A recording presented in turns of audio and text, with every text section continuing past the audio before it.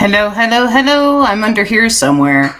Here I am. I am going to be drawing this afternoon after having a shower and getting all my chores done.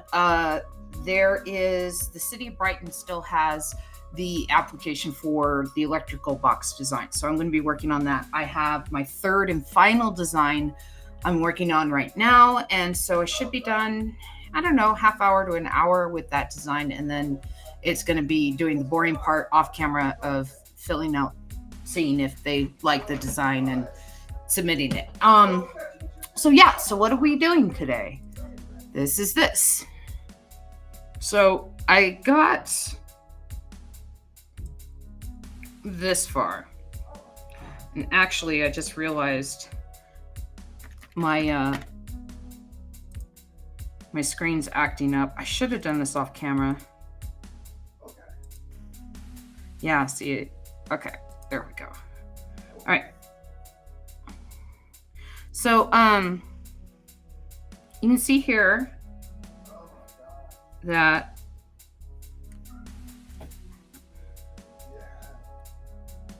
I got all of these different colors, and so I realized what I wanted to do was get rid of this black and just do twice as much blue, because I'm using the colors of the Colorado flag.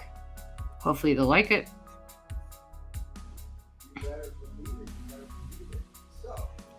And so, yeah, we're drawing today. Captain T has not been worked on in a while, which I'm not too happy about. I need to go easy on myself and just kind of say, hey, you'll get to it when you get to it. But at the same time, I don't want to like it to be like so many of my other projects and unfinished. And so I will get to it. I plan to. It's a new month. Well, it's about halfway through a new month. And so I can't use fill here because the way I built my file, it just won't do it. And I don't want to leave artifacts behind.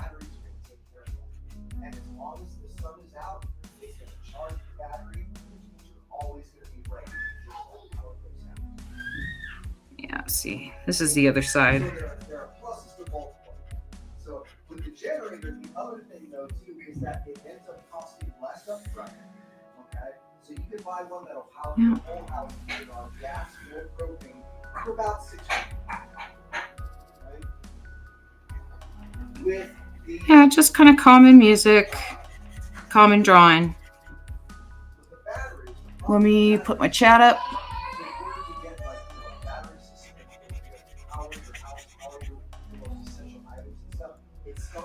If my daughter interrupts, I have to do that. I have to be her parent, guardian. So says the state. They frown on such things as, ignoring your child when they want to eat and, have water and stuff. So, I mean, I make jokes, but I do love her.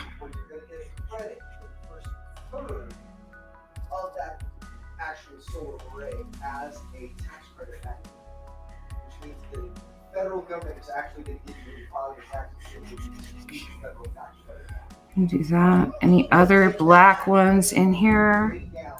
Yeah. Then, once you're doing that for about 6 months, 8 months. Oh, hi, Shy Hermit Crab. Well, thank you. Thank you for hanging out with me, even if it's in a lurking status. I hope the morning's doing well for you. It is turning to spring in our neck of the woods, which means it's probably a really cool fall. I don't know what fall's like in Australia. I've never considered it. I always imagine it very summery there, but I know it gets really cold in the winter too. So I like. Do the leaves change color? I know there's a tree in Australia where the bark falls off the tree instead of the leaves, and I think that's kind of neat. Let's see. Let's start with yellow. I gotta clean up some of this stuff. Well, that's just the fact. Oops. That's the fact. So what we're gonna do? Yeah. Okay. So let's start with red, actually, because that's what's on my brush right now.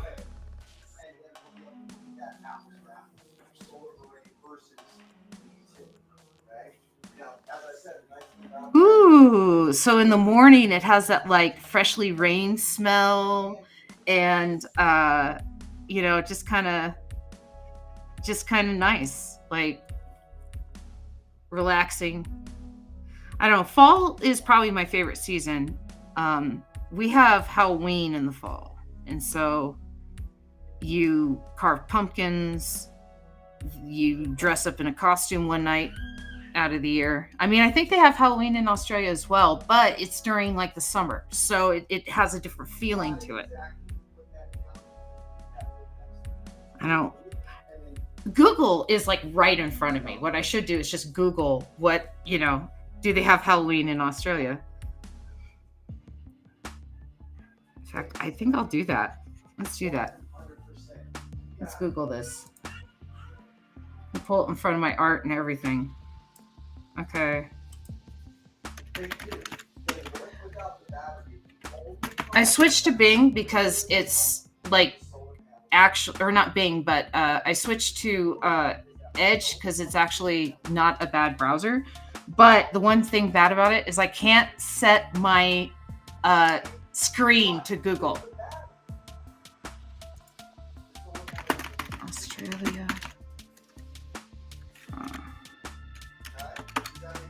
What is Australian Halloween like?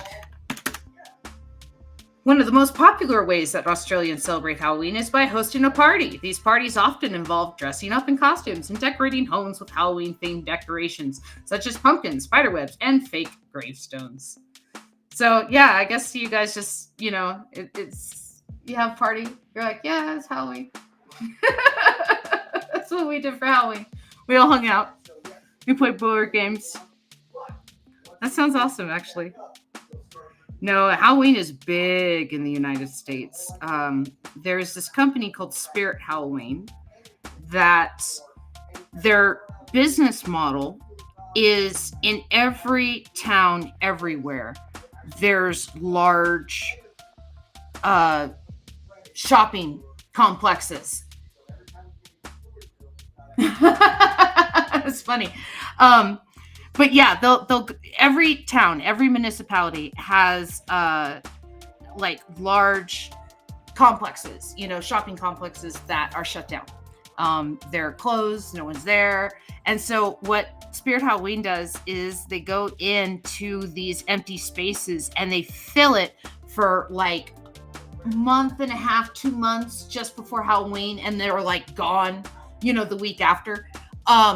And they fill it with Halloween stuff. And so you walk in and it's this huge space that just has all these temporary racks up for Halloween stuff. And so it's like costumes and all these kinds of gritty things to decorate your house and your yard. And some people have haunted houses and others have parties and kids go trick-or-treating. But they've changed trick-or-treating. You know, when I was a kid, you went door to door, and there's still kids that do that. But now there's like also kids that go into a parking lot, and then like all the parents like open up their trunks, and then they go around to all the different trunks and collect candy. There's others that are, you know, they do harvest festivals. There's even others that, you know, choose not to celebrate. But yeah, it's sometimes kids will go to the mall and instead of walking around to houses, and so they'll pick up candy from all the different stores. I don't know, it's very strange. The stranger danger has changed Halloween in an interesting way. I'm not sure, but yes. I mean, that's something without. Yeah, so let's see. Okay. I'm just kind of filling in little red spots here and there. I'm sure that it'll make more sense as I go. I have like no pattern I'm following for this. It's literally just where can I fill in red, where it's like kind of not touching itself.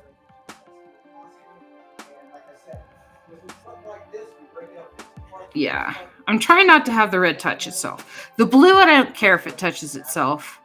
The yellow, I'm trying not to touch itself, but it's okay if the yellow is kind of close. But the red, okay, this is what I'm doing.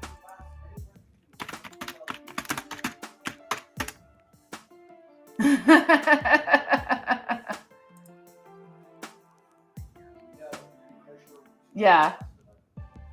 Okay, so this right here, this is the Colorado flag. Okay, so I have the dark blue, you can see the red, and then the yellow. Because the yellow is kind of a circle, I am trying to keep the yellow kind of close to each other, but not touching. And then the red, I'm trying to keep far from each other because it goes around the yellow. And these are just different rules I've written myself as I'm working on this. Let's see. Okay, let's do this. I'm sorry about the shops, like trying to push the commercialization of it. Like, I totally get that. I know that New Zealand and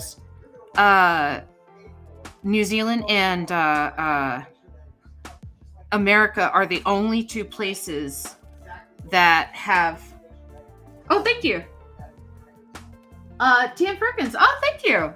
Yeah, what this is for is this is a electrical box design, and you can't have anything that's like offensive or gonna, make anyone mad. It can't be religious, can't be political, and so I just thought abstract. And I'm going with the Colorado flag for color, and that is the inspiration for this. That is my plan. And so, yes.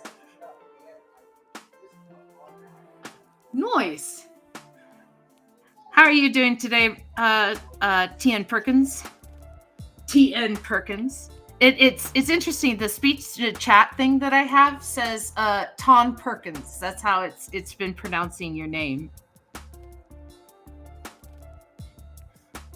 Yeah, I'm trying not to embrace the AI, but unfortunately, damn, it's useful sometimes. Like in the case of the speech to chat.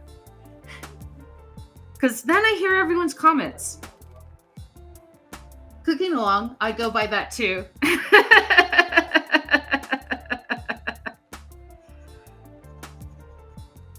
Yeah, I'm trying to get this art, I guess, done. It's due tomorrow. I have the application about half filled out. You can submit up to 3 designs. This is my last design. And so I have my other 2 designs done. And if you want to see those, I have them in this file. So yes, so in this file, if I turn off all these guys right here, you can see this is my second design. And I have these black lines because those are the edges of the box. And so it wraps around the box. And then my first design is this one, which again, because it wraps around the box, I have the color and the lines going around it. So I kind of repeated the same thing. Oh, thank you. Thank you for saying that. That's cool too. Yeah, I again trying to get this done.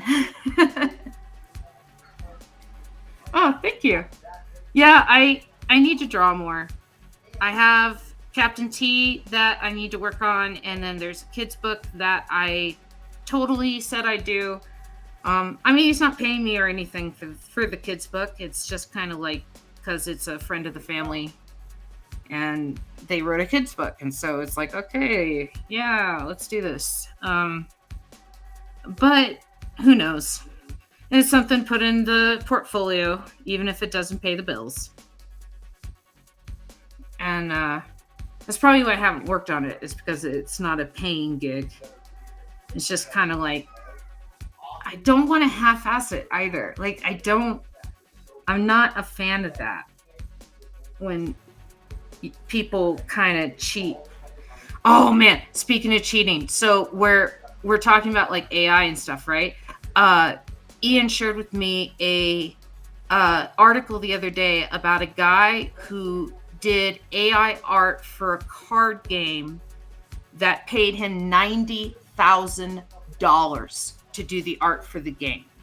And in the article, it said he worked like 2 hours a week, and he would go in and make his freaking prompts, and then he would go and edit all of the shitty AI art that was dished to him, because the guy was like an artist, and would work like 2 hours a week, and deliver it, and like, oh man, it took me all week to do this. And then he was caught, of course, for doing AI art. And I don't know how people are reacting to him now, but it just, it bothers me.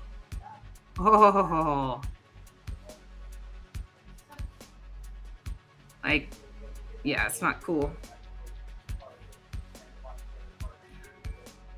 I gotta find the article. Yeah, let's do that.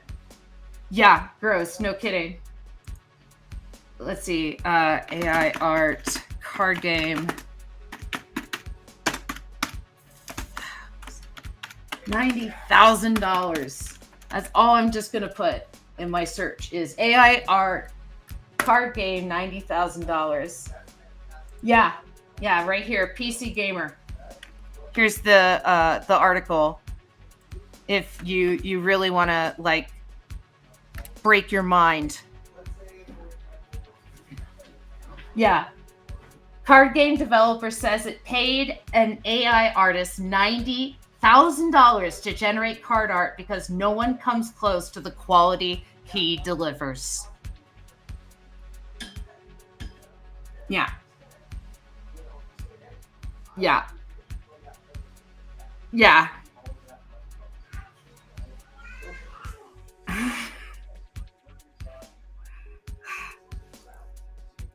So I've been trying not to cry over that.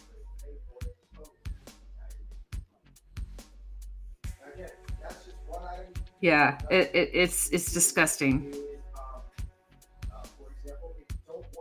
Yeah. I know I was approached about being in that documentary. Maria said that she sent you an email and you had contacted her back. And so hopefully we'll get some really interesting things. Her focus is how it's going to affect the animation industry. So I think you'll be a really good guest for her because, you've been in the animation industry for how long? Yeah, it's maddening. It's maddening. It really is. It's like when you say maddening, and what comes to my mind is a mad scientist, right? Because the mad scientist sometimes makes low-key sense. It's just they're pushed over the edge, right? And they'll be like, like Pamela Isley, right? She's kind of a mad scientist. You're destroying the planet, right? And she's not wrong, but sometimes her tactics can be frowned upon. And sometimes the mad scientist is understandable and appreciable and approachable. And, like I said, makes total low-key sense. And so I've sensed that this is like my supervillain story. Sign of the Horns. Signs of the Horns. Yeah, it's definitely an interesting time. 27 years you've been in the industry. Wow. Oh my gosh. Okay, so your career is old enough to drive, vote, buy weed and alcohol. You know, like, yeah, 27, not thinking about a colonoscopy yet, your career, but, definitely like doing the monthly checkup. Yeah. Yeah, good for you. And I totally grew up watching like Extreme Ghostbusters and stuff. Like, I admit it. It's true. Where am I? What did I forget to do? This one's red.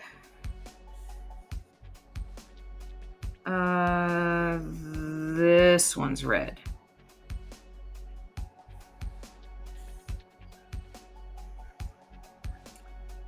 Signs of the horns. That's what it keeps calling it.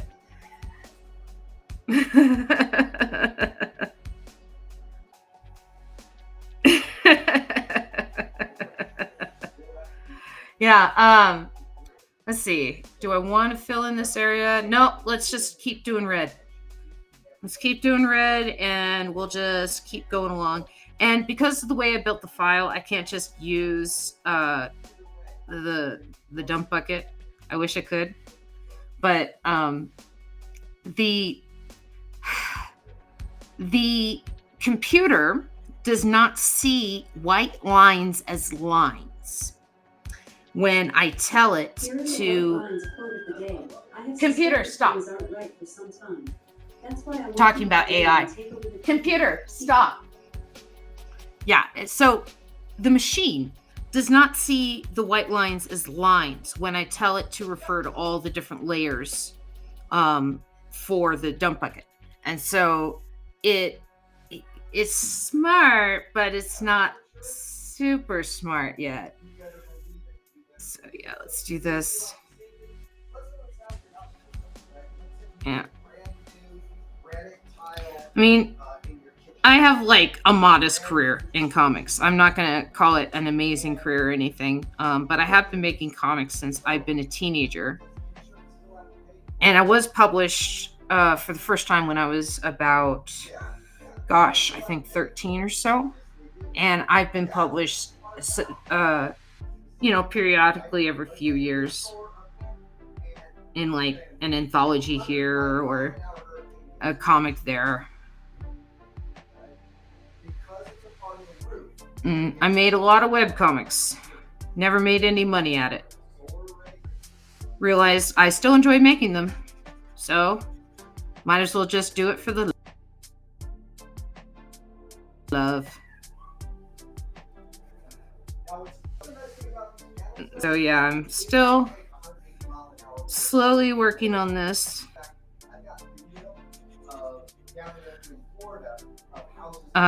Ian is working from home, and so he's selling solar these days. And so if you hear him in the background, that's what he's talking about.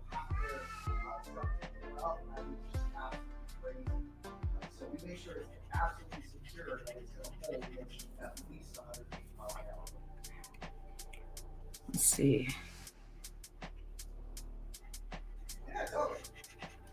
I made no pattern with this. If I was smart, I would have made a pattern. And then that way I could have just colored in a portion of the pattern. And then,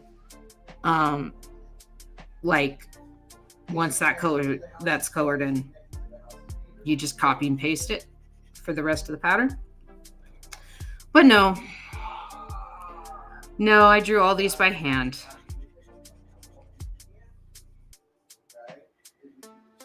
I wonder if my art being so slow is in retaliation against how quick digital art is. Because I try and take my time. Sometimes I'm successful, sometimes I'm not.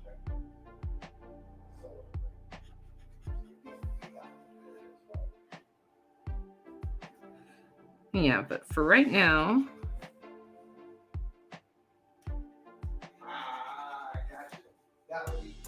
Let's do this. And then not mentioned as a color, of course, is white. Technically a tone, I guess.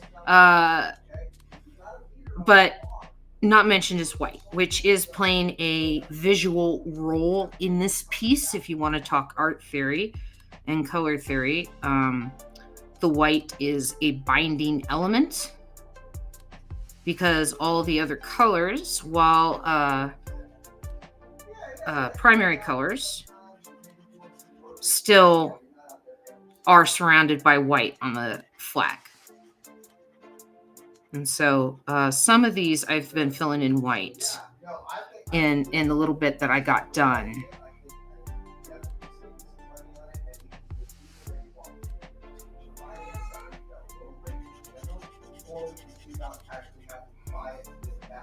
Yeah.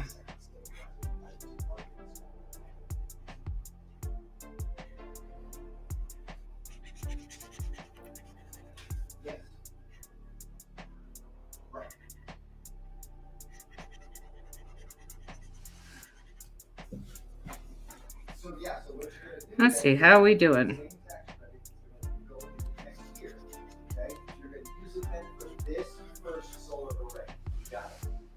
Then, once you get done paying your taxes that next year, that's when you can then install your battery and you can do it all again next year.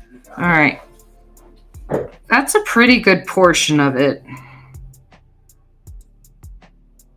Perfect, exactly. Otherwise, it all gets lumped into one. You got it. And again, I don't want you to where you can't get it all. You got it.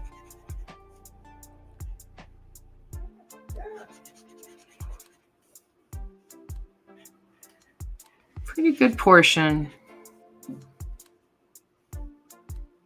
better believe it. And all I need to do, like I said, is pay for it online. I'll send my email as well. Now we'll do this one in the middle. And then whatever questions she got, let me know, and we'll talk about it. Okay?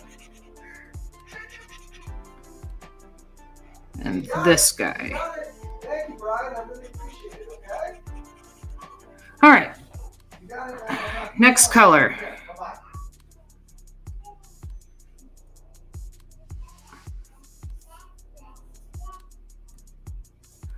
Next color. Let's do the yellow.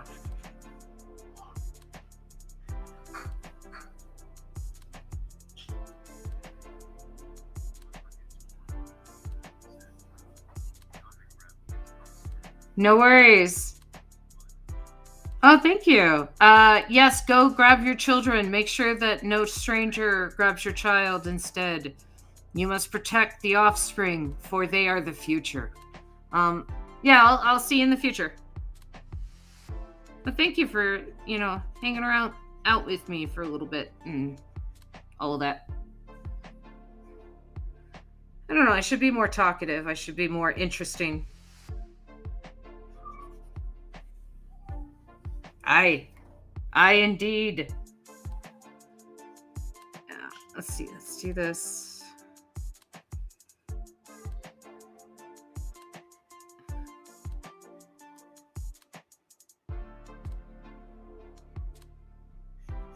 I'm wondering if I did too much yellow.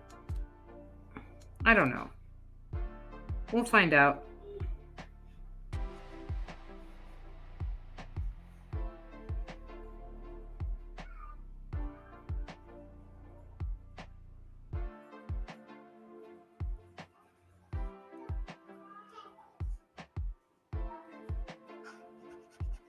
Yep. Doing the yellow. Let's see. Let's talk color theory for a second. So, red is color that is linked with like action and passion. Oh, hi, Dale. So yellow is a color that's linked with like the sun and life. Same thing with green. But I found out today that orange is color that's been linked to deception.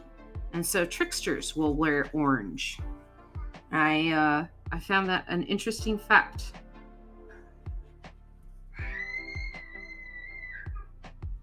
And so what we're working on today, Dale, is a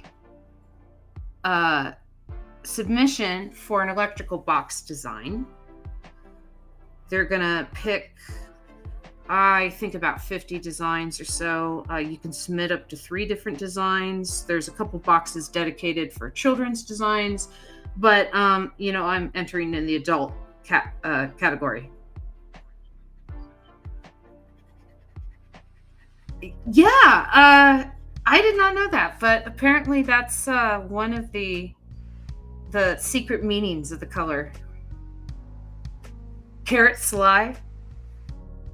Carrots lie about not being delicious. You think they're not, they are.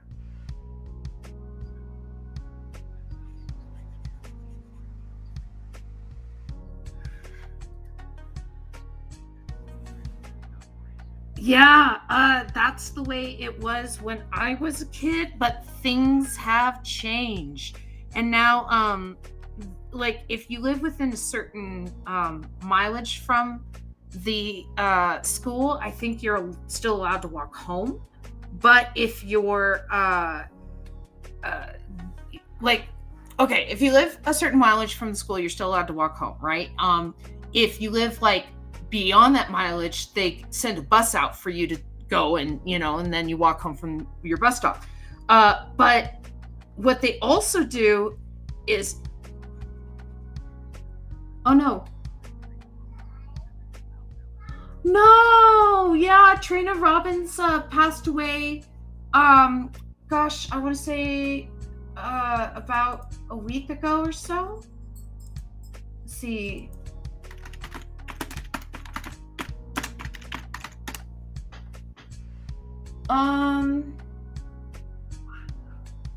Wow, I guess not. They don't. March 29th. That's when she passed away. It was March 29th. And so, yeah, I'm sorry to break the news to you. She was a powerhouse in the comics industry. Yeah, it was March 29th was when she passed away. Yeah, comic book pioneer, lives in San Francisco. Her superpowers were drawing. Oh, it must have just happened then.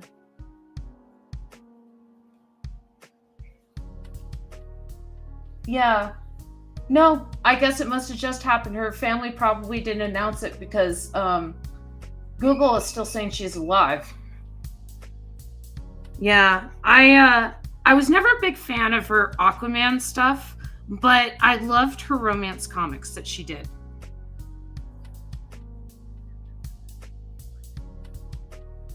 It was the stroke. It was the stroke. That's what I was thinking of. And I'm probably, yes, I am wrong about the date. Thank you for correcting me. Yeah, I wasn't ever a big fan of her Aquaman stuff because I just never liked Aquaman as a character. Yeah, I find a lot of holes in his origin story and in his powers and stuff because he can talk to fish, right? He can talk to fish. Seems awesome. I mean, the planet's covered in 70% water, but it's like most of the stuff that's dealing with like the world is not fish related. And my daughter's calling me from the other room. Ian, would you check on her? Yeah, I'm gonna have Daddy check on her. But he's working right now. And I'm really trying to do this deadline. I'm trying to hit it.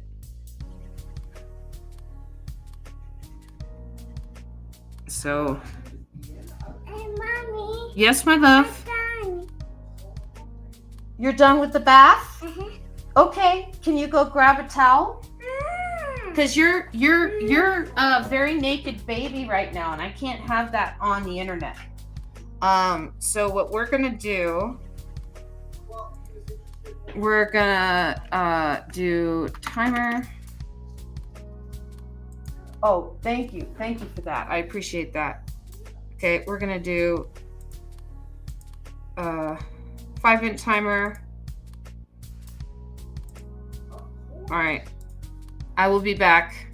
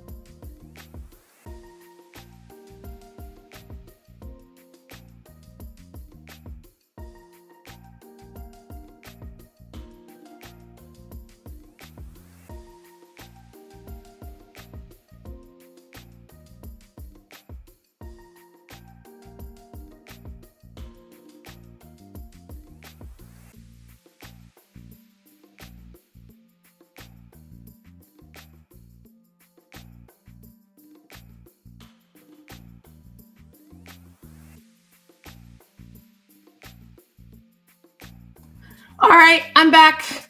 All right, Dale, you've been talking to me.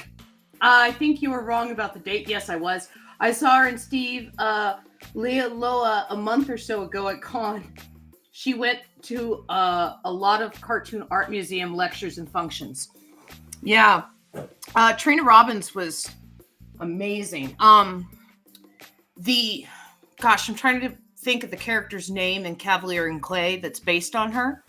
The one who was the painter, ended up with Cavalier, had a kid with him, but married Clay, who was the gay guy, as like, his beard. But yeah, that character was based on Trina Robbins. That's awesome. I mean, not awesome that she's gone, but awesome that she had that kind of impact on comics. I'm saddened.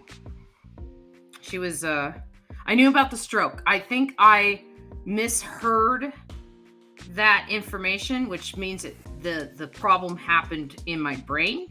And I thought that she had died of the stroke, not that she just had one. And so, I was wrong.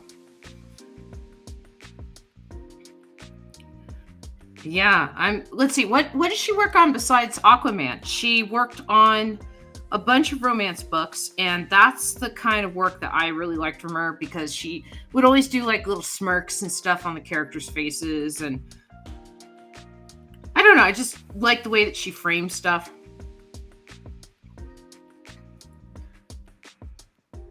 Yeah, women's comics. Yeah, comics. X with an X. So I have a kitty now, and so I'm gonna do this so that we get more kitty in the shot, which I don't think is a bad thing.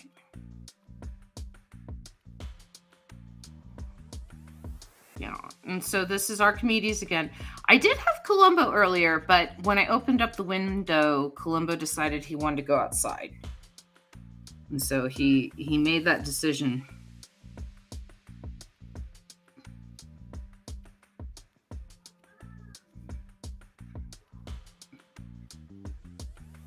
Yeah, we're doing this where we're just going to kind of climb down with this color.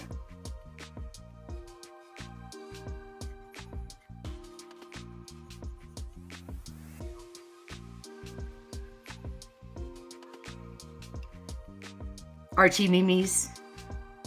Yes, Archimedes. He could be Mimes. He could be a meme. I don't know. I have to reframe him a little bit. There.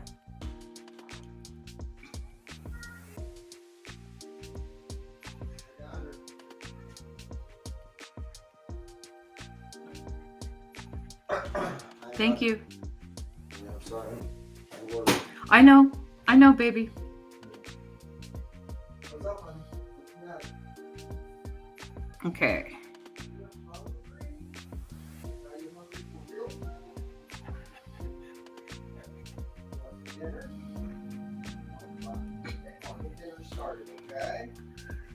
So I think when I hit this, next it's going to be with white.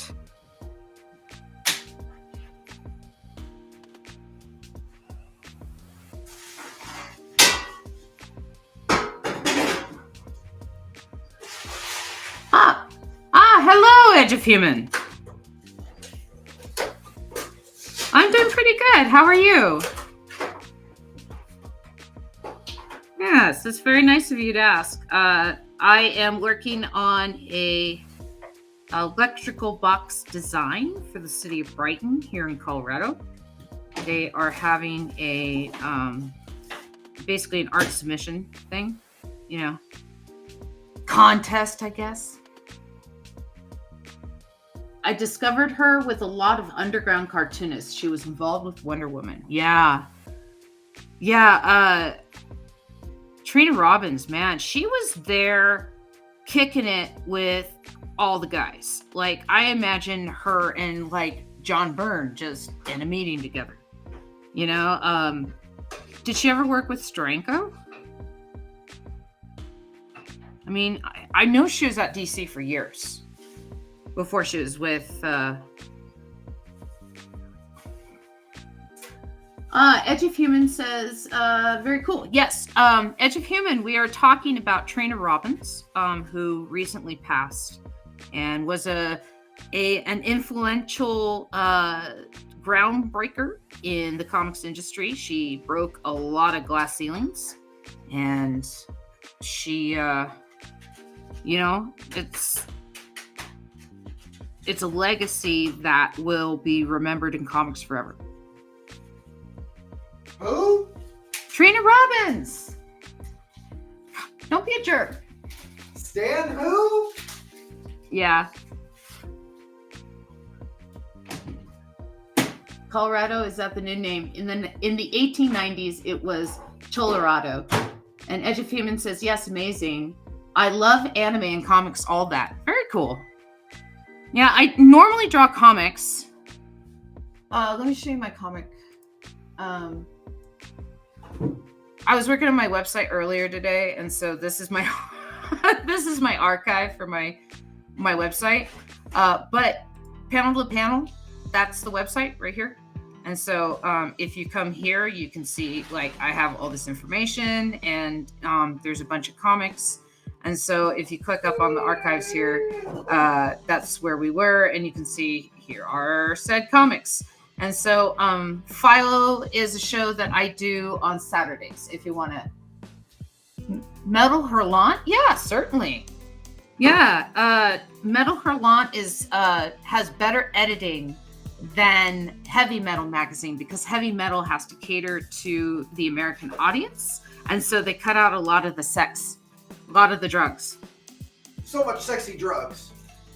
Yeah, don't mind Ian in the back. He's trying to be an edgelord. Let's see, So wonderful. edgy. I love French artists. Oh, one of my favorite artists. Ooh, let me do this. I gotta get his name right. And I'll see if you know him. Yes. Juanjo Garanido. Juanjo Garanido is the artist for Black Sat, and that is just a beautiful comic. I love French artist Hevel Merlandes. PG Metal Hurlant, definitely. And Felipe Drillette, it's here. This is how it's spelled. Juanjo Guarnido, artist and published by French publisher Dargaud in album format. Though both authors are Spanish, their main target audience for Black Sat is the French market.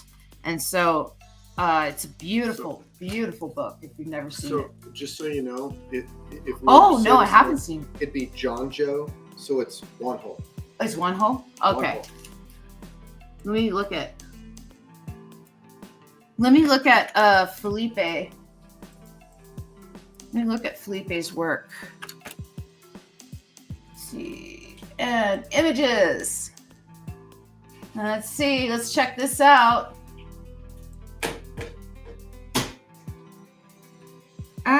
So, yeah. Ooh. Ooh, beautiful. Yeah, that's cool. Oh, that's cool as shit. Yeah. Oh my. Oh, I am humbled as an artist. I'm just doing some squiggles down on paper, and this person is drawing comics. Yeah. Well, I mean, Mobius was excellent at detail as well.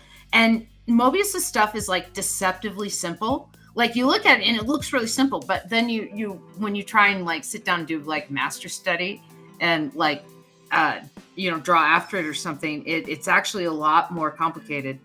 And this stuff, this looks like a different artist. Yeah, that's oh no, that's Midjourney stiff. Oh, I hate Midjourney. Oh yeah, they're fantastic.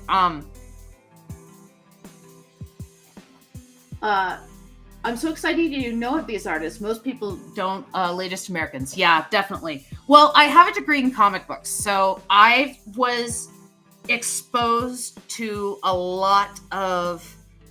I have you guys talking in my ear at the same time that I'm trying to talk.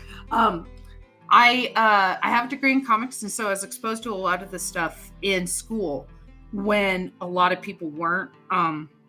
I always bought heavy metal because that was what I had access to at, my comics and stuff, in stores. But if I can get copies on like the original French versions of some of these stories, like Den, they're doing this like masterwork version where they're photographing the pages. And I know that was in Metal Hurlant originally. And it was in the heavy metal movie as well. And they had John Candy do the voice of Den, which was kind of cute. And if you don't know the story of Den, it's like a 12-year-old boy who gets transported to this other dimension / planet, and then he's suddenly like a 25-year-old like muscle-bound guy, but still has the mind of a 12-year-old boy. Okay, you guys are talking to me. Yes, I like Pascal Jocelyn, especially his Mr. Invincible strips. I bet you thought I didn't know any French artists. That's cool. Love that movie. Oh, Richard fucking Corbin. Yeah, Richard fucking Corbin. Yeah.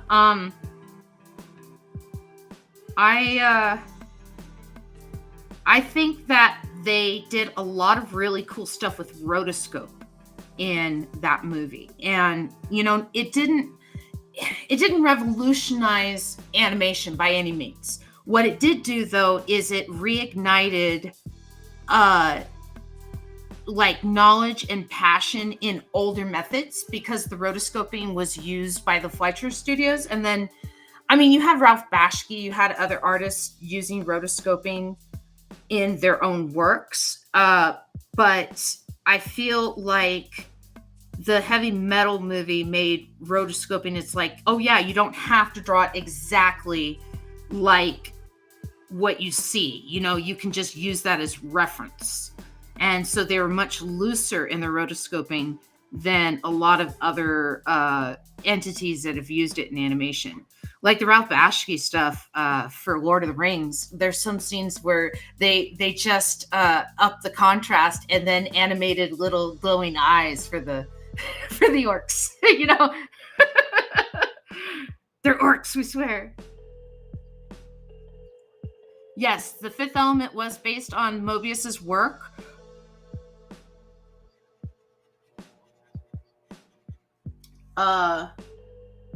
Yes, it was based off of Mobius's work, as well as some other stuff. Again, if you go back to the heavy metal movie, which was inspired by all of these different artists, it did have the floating taxi in New York with a bunch of flying other things. So there was a lot of visuals taken from that animated story out of the original heavy metal used in Fifth Element.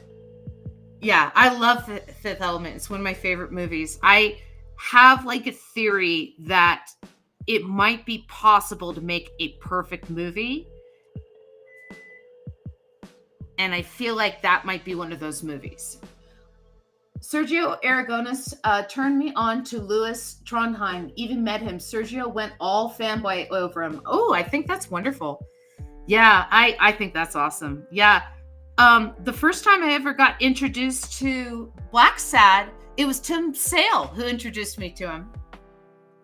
I went to an iBooks booth at San Diego Comic-Con, and he was wearing a shirt, and we started talking about it, and he said it's awesome, and I picked up a book and never regretted it. Thank you, Tim Sale. Let's see, Edge of Human. I think that's wonderful. It's my top 5 for sure. Blade Runner is my number 1. Blade Runner. So you're a Philip K. Dick fan. Yeah. Out of all of Philip K. Dick stories, Minority Report is an interesting one. It's very different than the Steven Spielberg movie. See, I know French artists, sort of. Well, I mean, we here in the States, we're also not exposed to a lot of French books. They don't make it across the pond.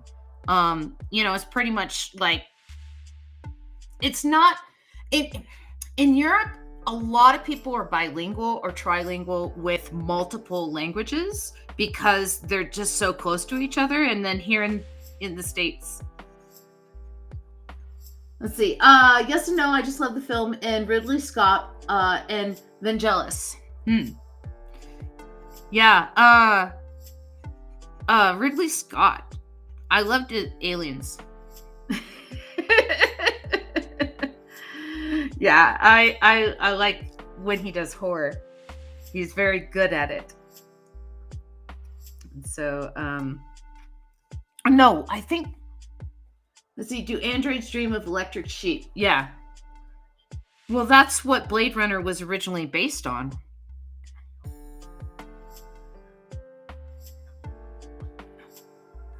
Yes, I have Edge of Human. Yes. It's very cool. If you like Philip K. Dick, you should check out Alfred Bester.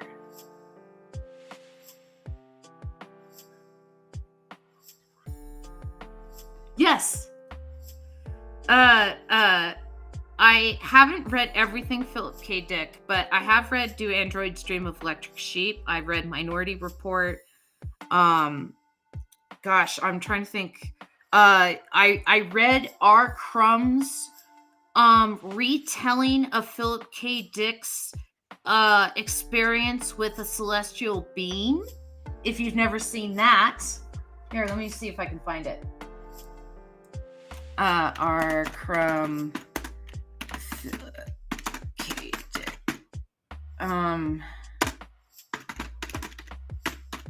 Yeah, Robert Crumb. Yeah. So let's see if this has the whole thing. Yes, this has the whole thing. Okay. So I'm going to post a link right now. Let me do this. And so this is the religious experience of Philip K. Dick.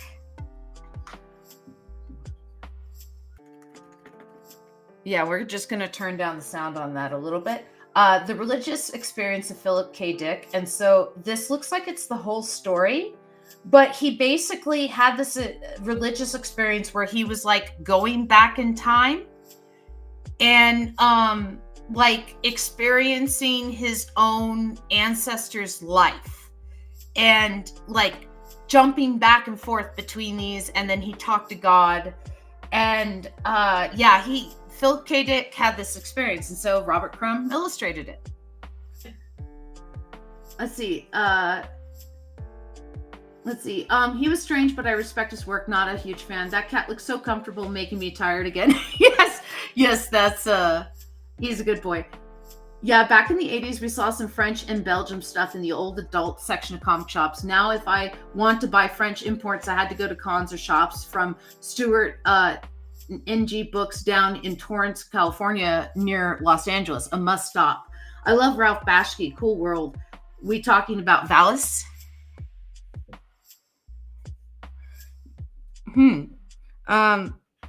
Yeah, Cool World was interesting because as Bashki was working on it, you know, he had one budget in mind, and he's doing it, and he's sticking to his budget. And then the producer, like, I don't know if it was like halfway through the movie or if it was in the last third or something like that, but the budget got pulled out from under him, and they basically said, okay, you got to make a movie from what you have. And so that's why a lot of the last scenes are shot with like they're not animated because it's cheaper to have people than it is to animate them. And yeah, and so it kind of pulled the rug out from under that. It really would have been an amazing movie had it not done that. I love the soundtrack. I think Jackson had some work there too. Cool World. I don't know. It was one of Brad Pitt's first movies that he was like really noticed in. He used to do extra work, Brad Pitt. And so, yeah, like he was supposed to have this bit part and he just kind of like, you know, stole the show.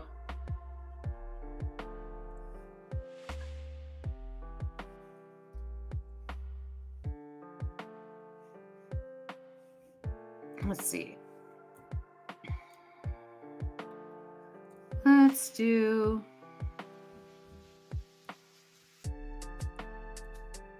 blue.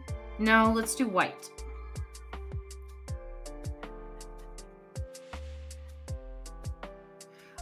I stream every Saturday night for Philo, which is a comic book that I take suggestions from the audience for new panels and stuff. And so I do that 9 p.m. Eastern Standard Time, which is like New York area, you know, if you're looking at the timeline. I do not know what time that is in France. I should. Oh, wait. I got time buddy. Okay, give me a second.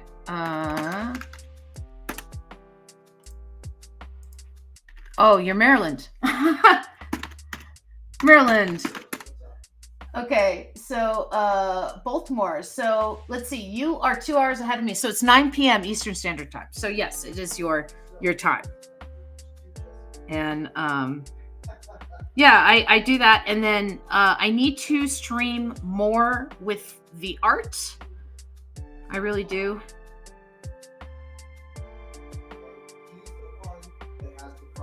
Ah.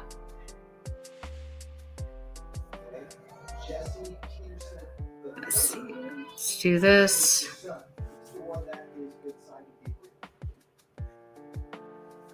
I have been streaming for, gosh, maybe about a year and a half.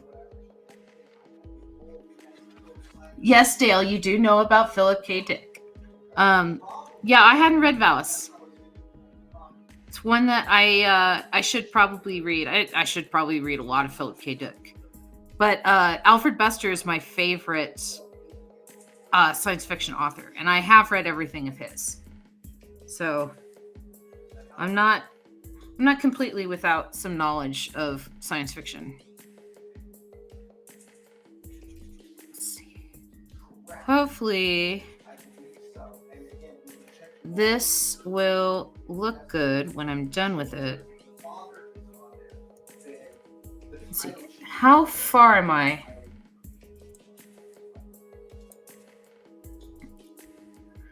I have some nerd cred. Not all nerd cred.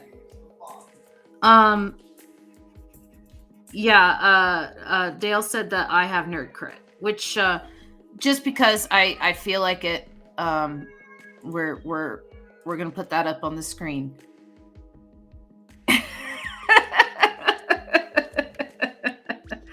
So yes, so I have nerd cred. Being a nerd is not necessarily a bad thing, you know. It just means that you've taken the time to learn about something in particular. I am not an affiliate yet.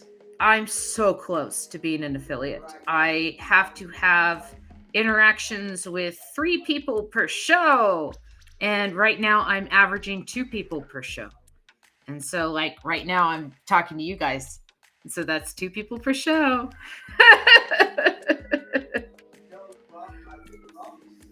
Yeah, so I'm not an affiliate yet. I'm not making money off of this. This is just me streaming weird art for electrical boxes.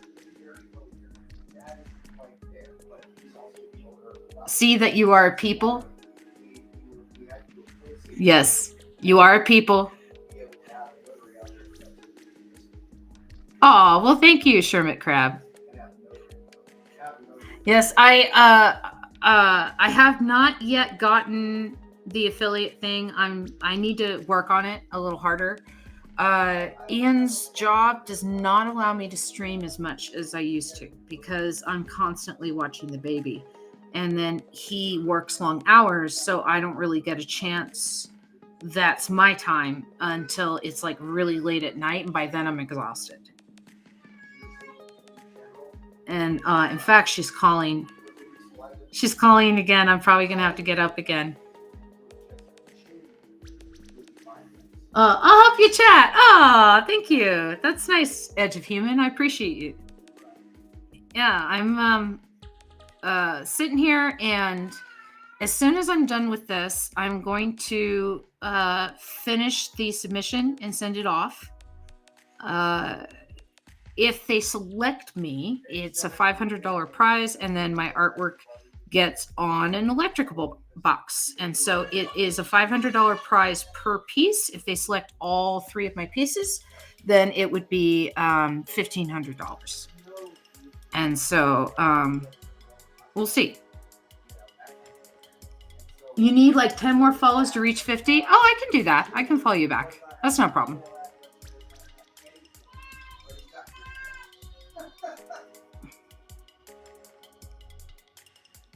That's right, exactly. And so, like I said, the third. Oh, sure. I just I have the Philo show, and I'll send you the schedule for that. And then I need to start drawing regularly. I need to start working on Captain T again, and you know, just various other artwork. Oh, well, but still, you know, it's I didn't like mean that I had to, but I was just trying to be nice, you know.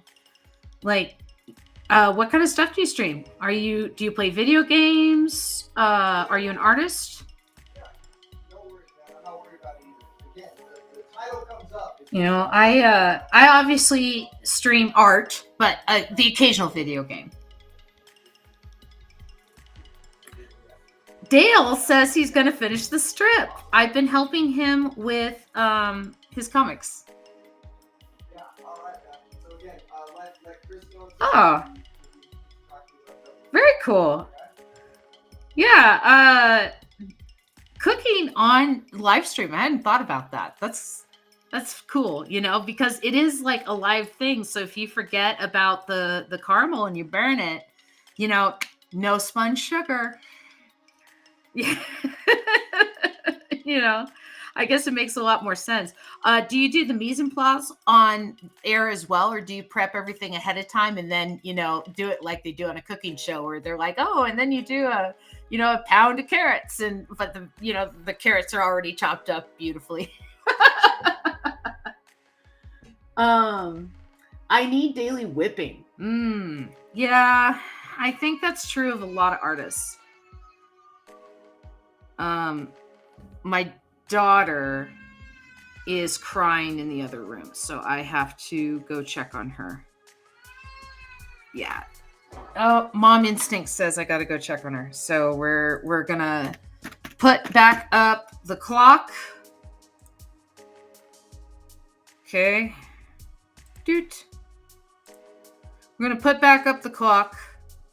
I'll see you guys in 5 minutes. That should give me enough time to see what she's up to. Edgy Human, I like to just chat too while cooking. I might do a podcast thing. I want to help people grow on here too. Oh, that's cool.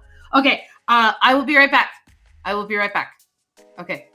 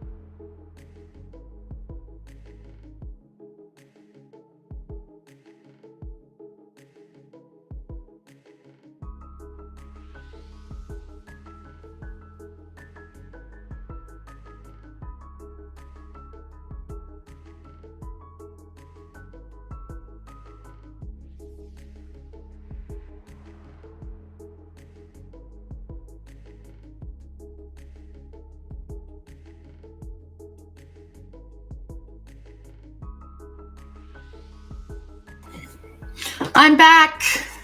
I'm back. See, you guys have been talking to me.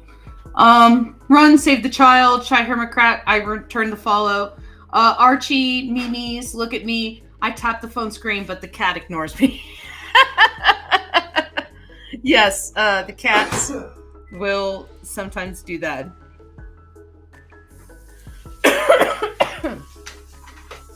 Okay. Where were we? We were drawing blues.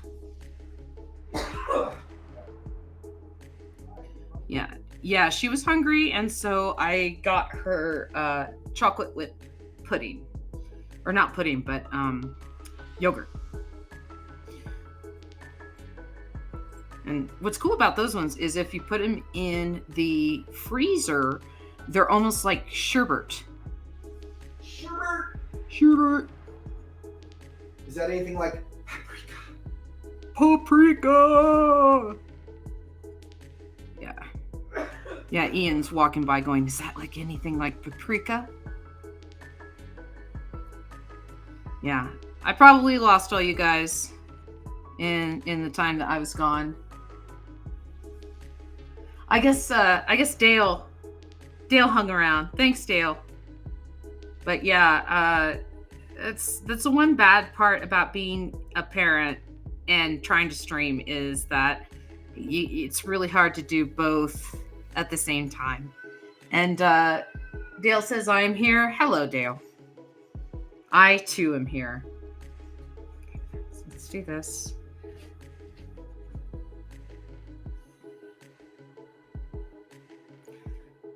This one is blue.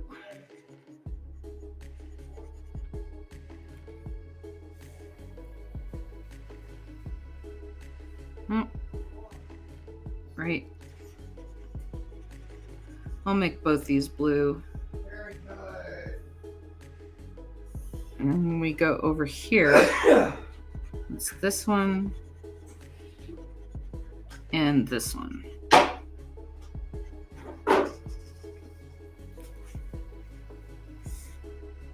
Almost done.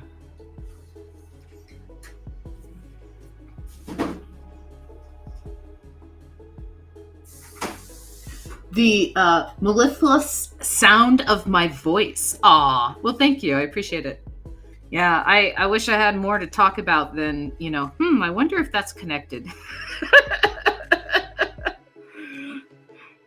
Yeah, when I draw explosions and stuff, I make explosion sounds. And, if I'm drawing like people running, I'll go like, ah, and like. Wait till she draws erotica. No, erotica paid for college, okay? I don't need to draw any more erotica. No, but when she would draw it, No, I wouldn't. No, I wouldn't. I would slap that stuff out as quick as possible and then collect my paycheck. Ian, come on. I'm streaming. Come on. I am too. I'm streaming hard. Ah. Come on, Black Cat. Yes, this is the person I've decided to spend the rest of my life with. You had a child with me. I had a child with You him. had my baby. You had my baby. Yeah, it's true. I did do that. Dale says I should draw erotica. I do like drawing ducks in lingerie. Yeah. I'm sure there is a Rule 32 market or Rule 34 market for it. Anything you can think of, there's porn of it on the internet. Tabor. That is Rule 34. And it's true. Gosh, my daughter was, there's tons of stuff on YouTube for kids. And so she was watching something that ended up leading to Poppy's Playtime, which is a jump scare game. And people playing this game, and she's not scared of it. She laughs and loves seeing like the kitties and stuff in the game. And anyway, so the algorithm's pulling up other Poppy's Playtime stuff, including like erotic, weird, furry stuff. Like like questionable content for children. Yes, honey. What's the matter? Yeah. Right now she's going, I love you. I love you. Mommy, Daddy, come to me. She knows she's cute.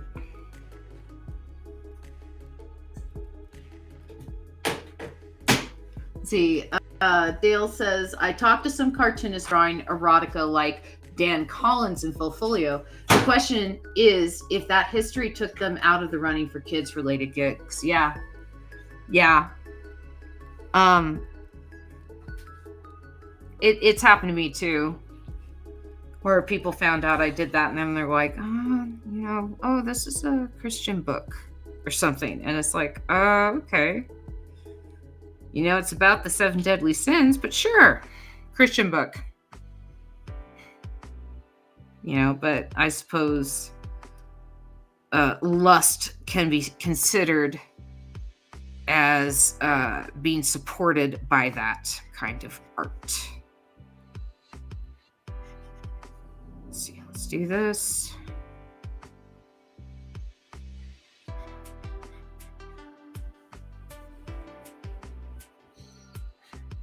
This is pretty good distribution of blue. I'm not going to leave any black ones. I did that originally and I looked at it and it just didn't feel balanced. So that's why I'm just going with kind of these pure primary colors. Hi, baby girl. What's up? You can have that. Do you want that? Mommy, baby. She's stealing chocolate from my table. Hi, baby. Dale says, I wonder if Larry Gonick ever regrets Cherry Pop-Tart. I know Crumb has had flack for some of his erotica and racial satire. Well, I mean, to be fair, like, Crumb's erotica, he specifically talks about in the Crumb documentary where he's flipping through some of his old stuff and it's like this duck woman gets her head cut off and then the guy's like fucking the neck hole. Like that's Crumb erotica. Like it's questionable sometimes. Yeah, Larry Welts. Okay. You met Larry Welts. Yeah. That's Crumb erotica. So it's he did some weird stuff and I think the weirdest thing, like my stuff was pretty tame. I'm what my non de plume drew was a lot of blowjob stuff, threesomes, some like ass play. I'm trying to think what else. Like, I did like gay stories. Eros had, gosh, I'm trying to remember the name, but it was like, this was 2007, 2008, 2009 era. And they had these stories that were like, about, a man discovering that he's gay and, finding happiness with this other man for the first time in his life and stuff like that. And so I drew a lot of those. And I drew, of course, the sex scenes and stuff for them. Yeah, like my stuff was relatively tame. I think the biggest stuff I did was for bazongas, I think, which was big-breasted things. And then I used to draw for Overflowing Bra as well. And I did a bunch of big-breasted things for them. They're into like big breasts and giant women. And I have to say that giant women paid for several of my glasses and big breasts paid for several of my glasses. So thank you, Eric.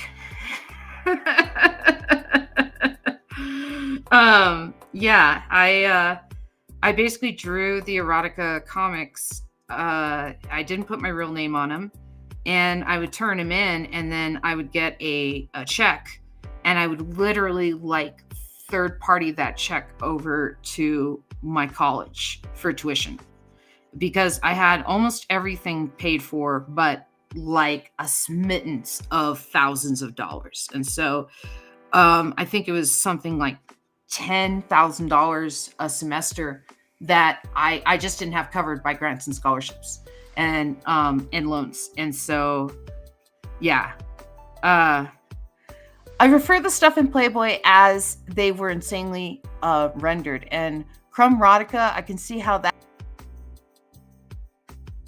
led to him doing the Book of Genesis. I think is actually very beautiful.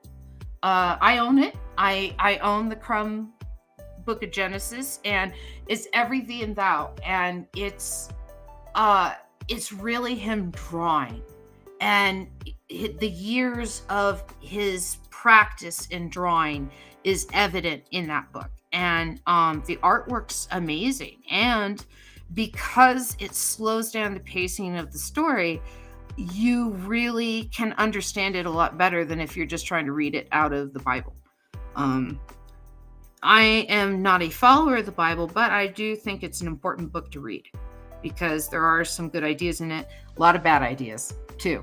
Like, always make sure that when you sell your daughter into slavery, you get at least 40 pieces of silver.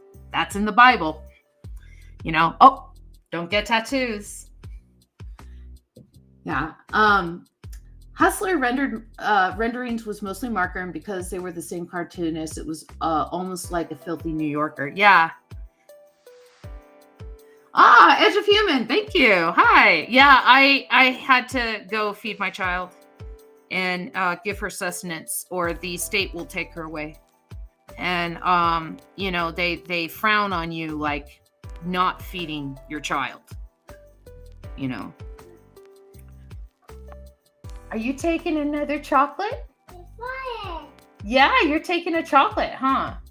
Okay. I have Easter chocolates sitting right there. I had a small little handful that I was going to eat, but apparently I'm not going to get to any. But that's okay. Her mouth first, right? Yeah, we were talking about you missed an interesting conversation, Edge of Human. We were talking about the erotic comics that I used to draw in college to pay for my tuition. And so that's also another reason why I'm probably familiar with a lot of French art, is because there's a lot of French eroticism, and again, you're just kind of exposed to it.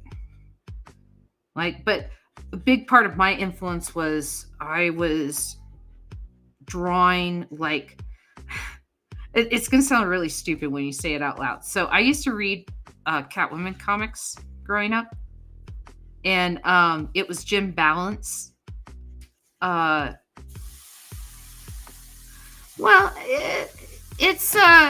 It's one of those subjects that's kind of for a select few in your life. It's like the person that you share a bed with, certainly talk about it with. Maybe your best friend who understands it. You're into it for the articles. But it's something that you don't really want to bring up at a party.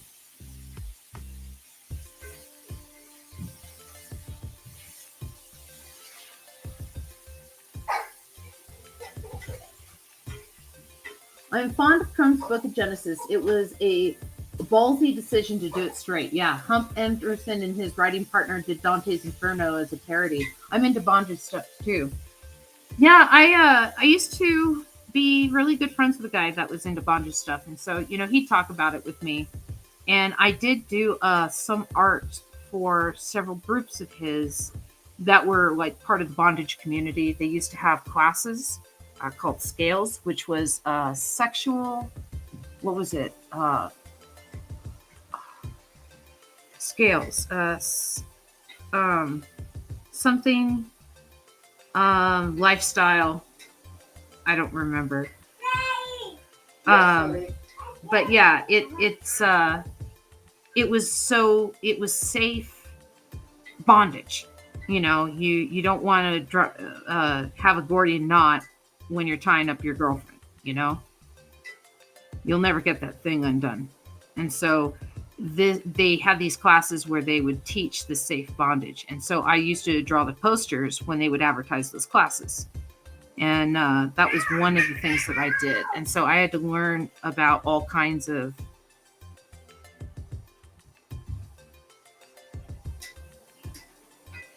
you can't tie knots and you can't find the end of the tape on the roll. Like lather parties. Ooh, lather parties sound kind of sexy. Like, what's a lather party? And H.R. Geiger is, very, very interesting.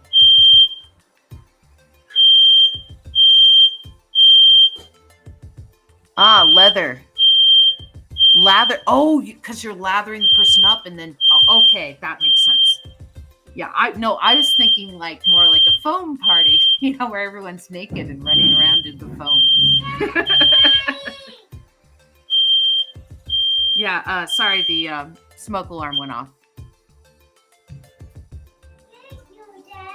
You're welcome. Oh my gosh. Oh, let me open the door. Okay, opening the door. It's okay. I'll stop Trying to it. get the smoke out. That's the smoke alarm going off because Ian is cooking right now and he got the kitchen a little smoky. And so the smoke alarm went off.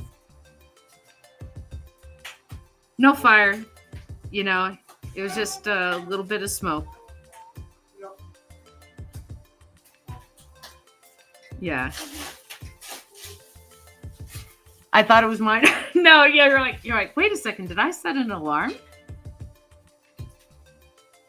Yeah. Yeah, the movie Alien was the gateway drug for Geiger. All the 80s airbrush kids were scrambling for every single thing about Geiger.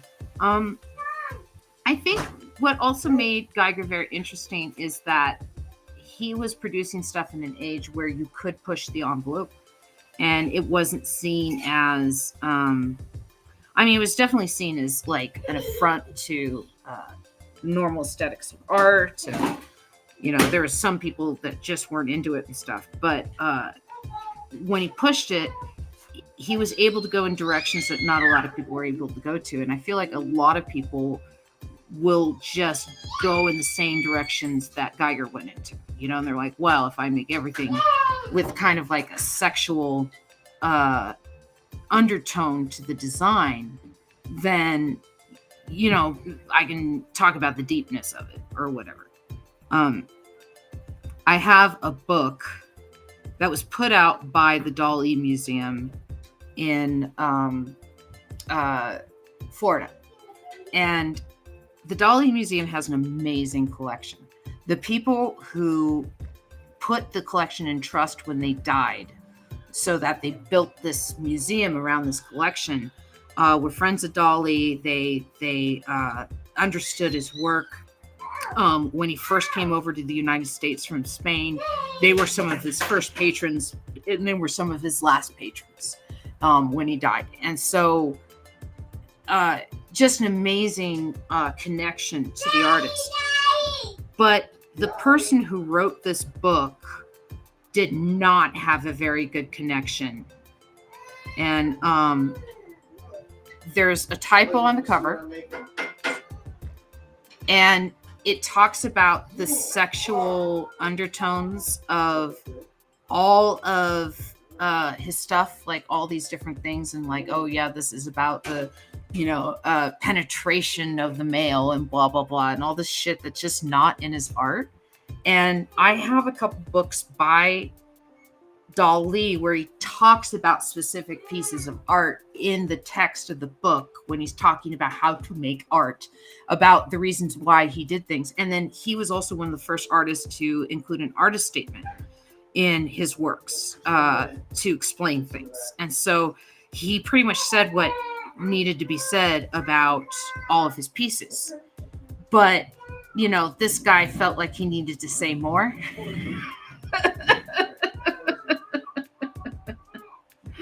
Yeah, and it's just like, it just seems so pretentious, that he's talking about like, oh, oh man, the sexual undertones of this piece. It's like, really, dude?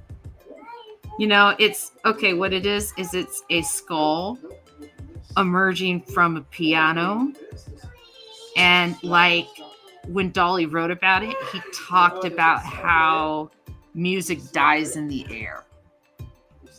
Just saying, pretty visual representation of music dying in the air, is that it lives for a moment and then it dies.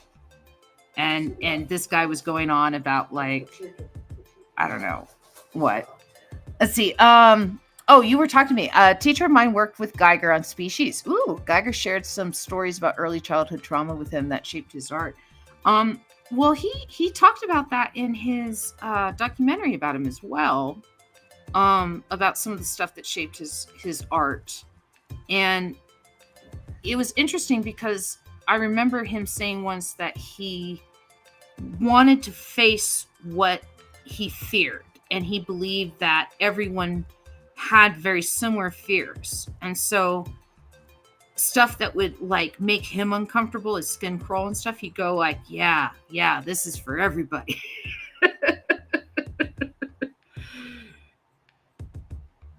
Let's see, how's this turning out? Oh, that's going to take me forever. I thought it was only going to take me a half hour to do this.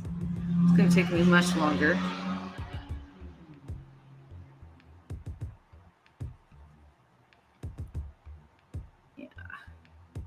Because again, I want to get rid of the black.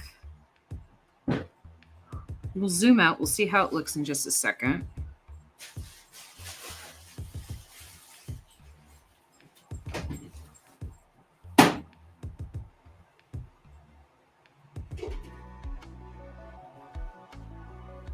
No, I want that one to be...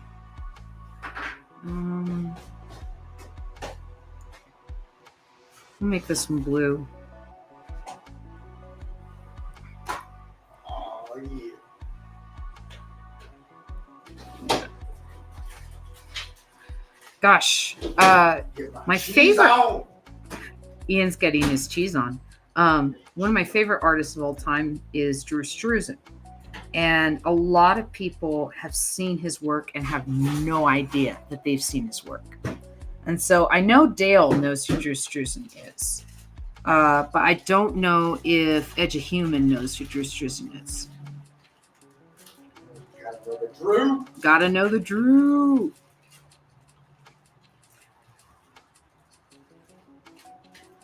Shy Hermit Crab, you still around? Still hanging out with me?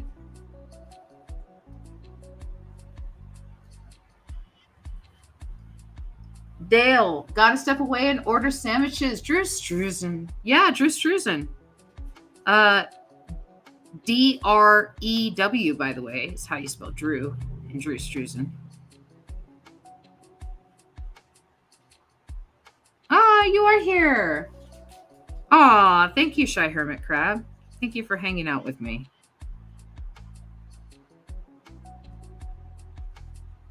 Let's see, okay. I got this. I guess we'll do this. How's that looking? Oh, it's taking forever. But I think it's kind of looking neat. I don't know. We'll see. We'll see.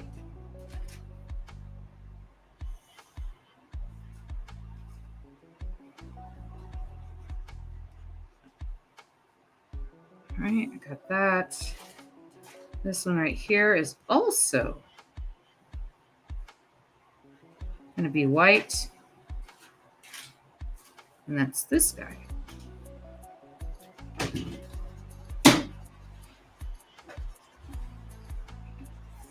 There we go. Yeah.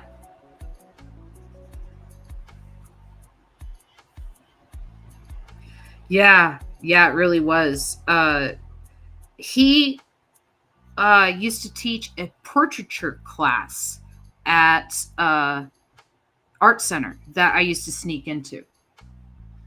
Oh, hi, Eduhuman. I'm sorry your phone died. Drew worked colored pencil over acrylic. We all tried that in the 80s. It was the textured hatching that made the posters come alive. Yes, Drew Struzan, when he taught this class, he went over that technique, and you weren't paying attention to the batteries and your phone died? No. You didn't listen when it gave you the little warning blip where it's like, hey, I got like 20%. You may want to plug me in. That's how I imagine it. I imagine my phone like, some old cookie, character, like, the chow guy on the wagon train. It's like you gotta plug me in. Yeah, like I don't know. Maybe it's just me. Let's see. Okay.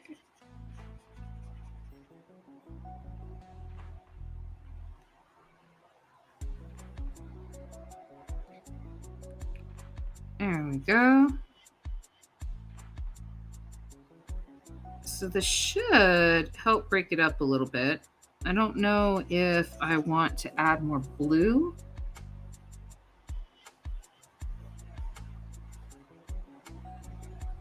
Oh, I want that one blue. Yeah, that's like a supporting piece of art. We'll do this one blue. This one can be blue. This one can be blue.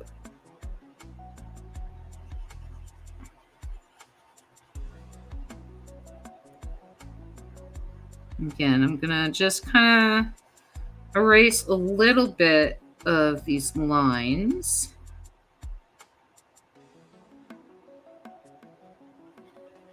Oh, I realized my music stopped.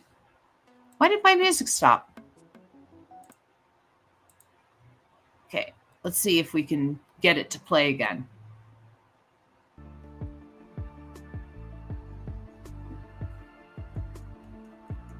Yeah, there we go.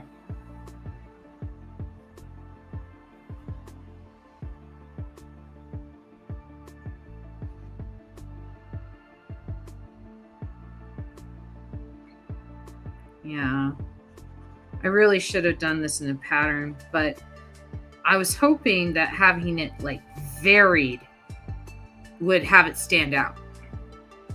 Oh, the music was still there. Okay. For some reason, I couldn't hear it on my end. Weird.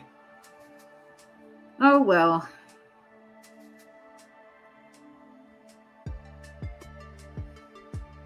Oh, well.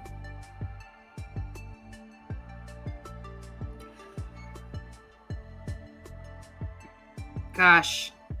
Maybe what I should do is make one side black. No. We're going to finish this. Okay. Yeah, let's do this right.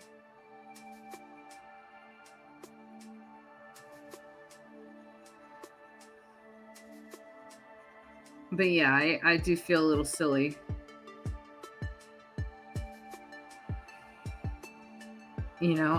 What I should have done is left it black, colored it in, and then reversed the lines, because that wouldn't have confused my program. But I realize that now after attempting to do it the other way, because Clip Studio Paint and Photoshop think differently. And so what I was trying to do would have worked in Photoshop, but it did not work in Clip Studio Paint, because for some reason it did not see the whites as lines.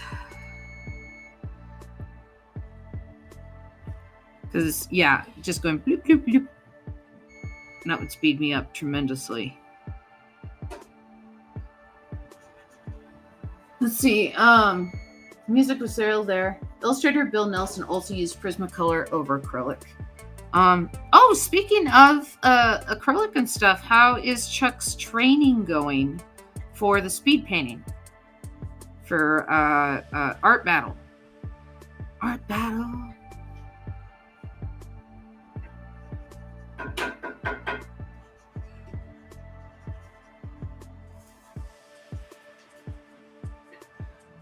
Ian, what are we having for dinner? Chili. We're having chili for dinner. Yeah, he puts beans in it. Chuck doesn't listen to you? Well, like, I thought you were supposed to be training him. I mean, isn't it your job to make him listen?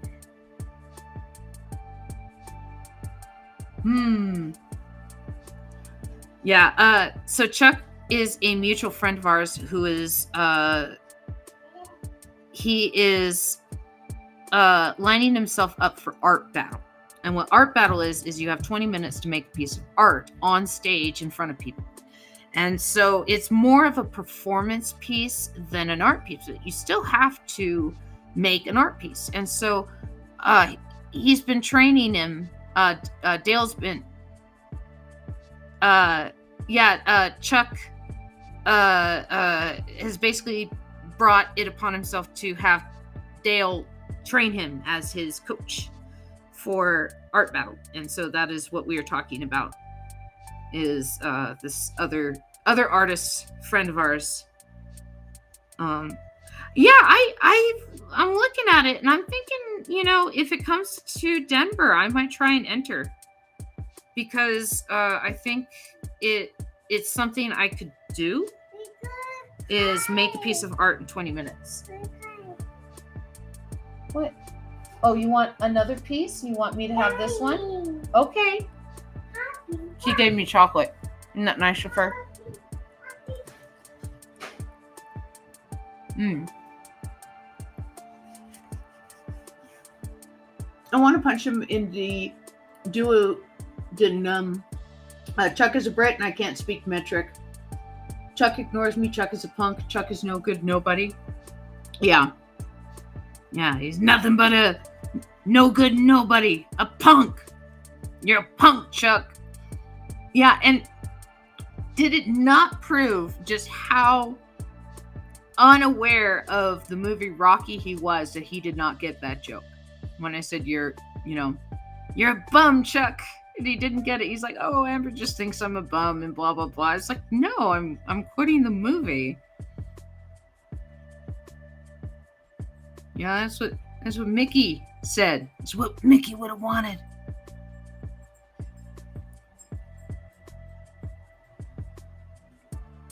Yeah. Speaking of Stallone movies, I watched Rambo for the first time the other day. And yes, insert time here where you're like, you've never seen Rambo before? No, I'd never seen Rambo before. I'm going to go all Burgess Meredith over his limey ass. But yeah, I'd never seen Rambo before. And it was a lot better than I expected.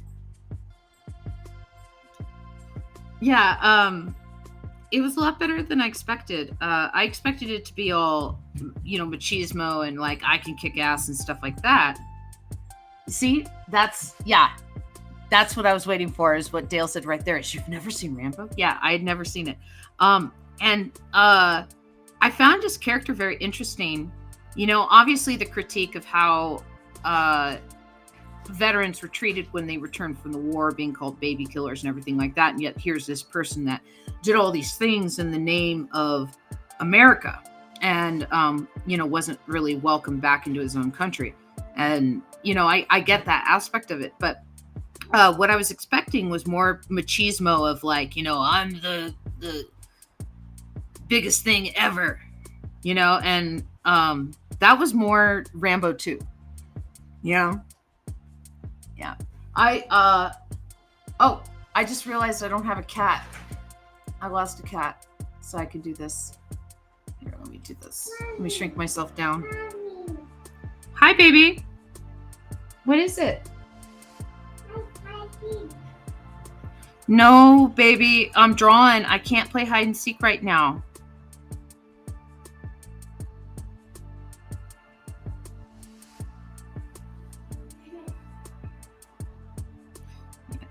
we play hide and seek with each other. Oscar was a great role. I loved Tim Curry in Oscar. I thought that, you know, it was really good. And then it was, was it Marissa Tomei as the daughter, right? Tango and Cash. Yeah, I like anime. So his worst was Tango and Cash. And do I like anime? Bye. All right. Yeah, we're talking anime now, so he's gonna go get sandwiches. Yeah, no, my favorite anime of all time is an AUI called Battle Angel, and they did make a movie out of it. Robert Rodriguez directed it, but the anime is just so much better. And I even have the manga, but for some reason I just love the anime over the manga, despite the fact that the manga was first. And then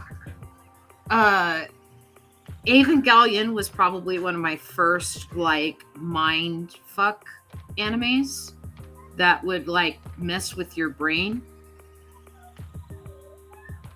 Ghost in Shell's amazing. Yeah. And Sailor Moon was also one of my first exposures to anime, and it still counts. I still love my Usagi. You know, I still love my tuxedo mask. And yeah, like I'm trying to think what other animes. Cowboy Bebop, love that one.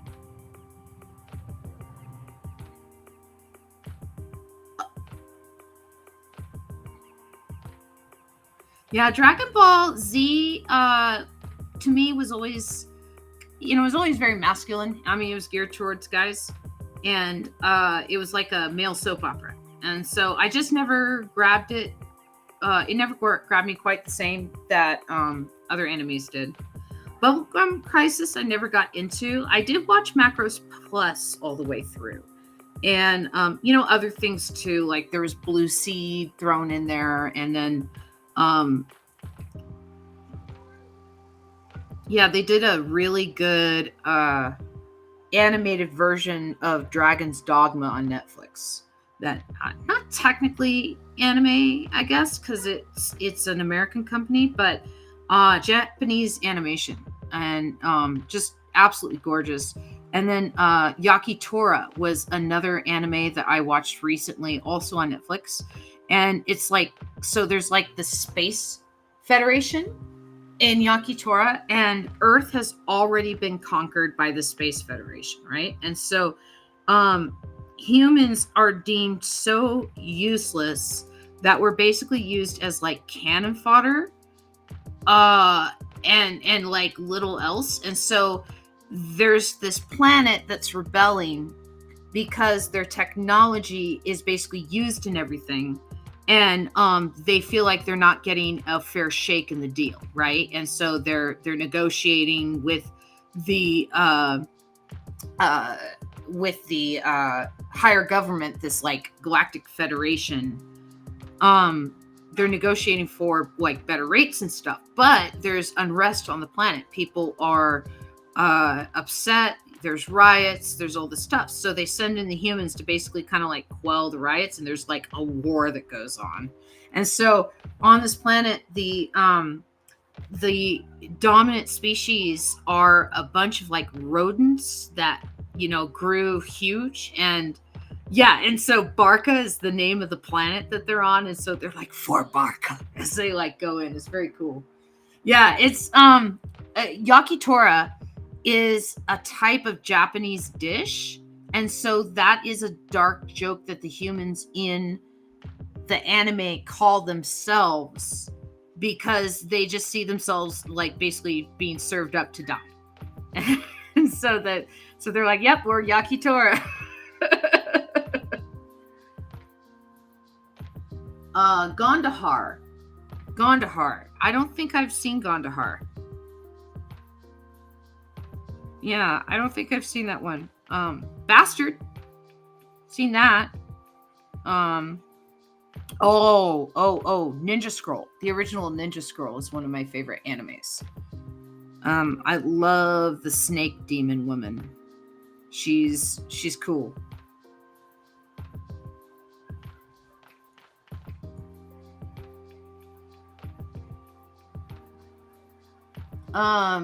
Yeah, French animation is amazing. Gosh, the Three Sisters movie from a couple years ago that came out had some really cool stuff in it. There's one that I saw recently where Julian Lennon, or was it Sean Lennon? I think it was Julian Lennon was playing a flea in like the streets of Paris. It was like a giant flea creature. Okay, how does this look? Yeah. It looks a little sparse on this side.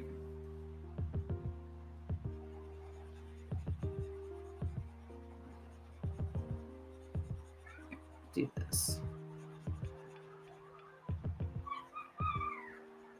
Oh, that's why I didn't do it.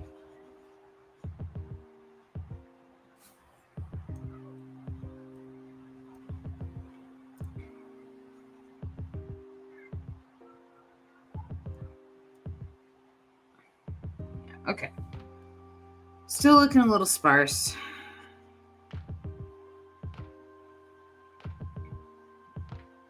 Okay, we'll just have to make sure to do a lot more blue. All right. Maybe if I go from this direction.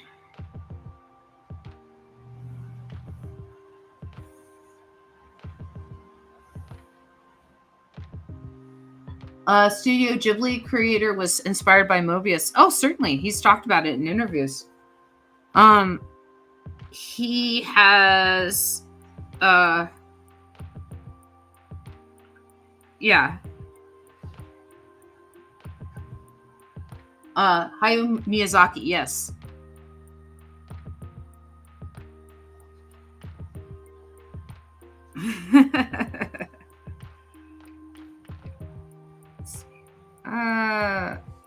Where is my thing? How long have I been streaming? Oh, 2 hours. Okay.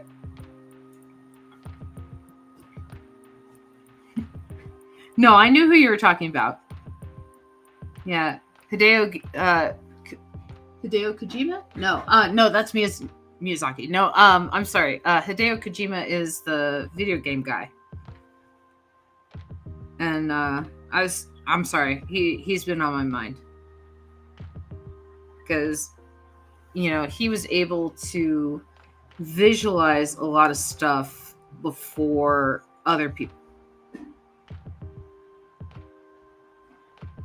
Very complicated mind to be in charge of video games and then have them feel as large as they do at the times that you were to play them.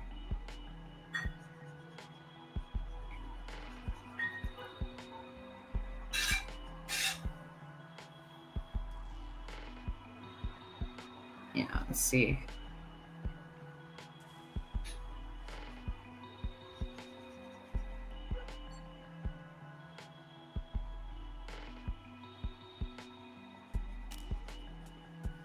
Oh, it's taking forever. Might have to take a break.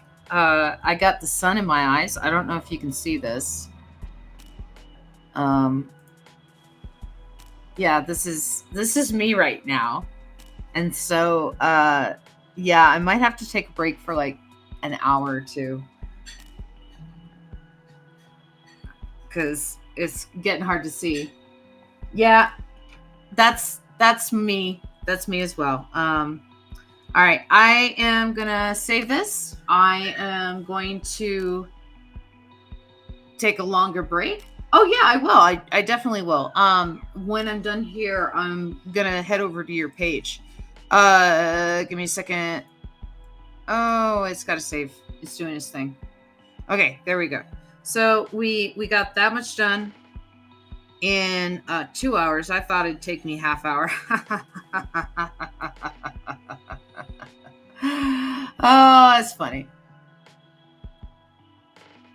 And so let's see. I am going to throw up my credits.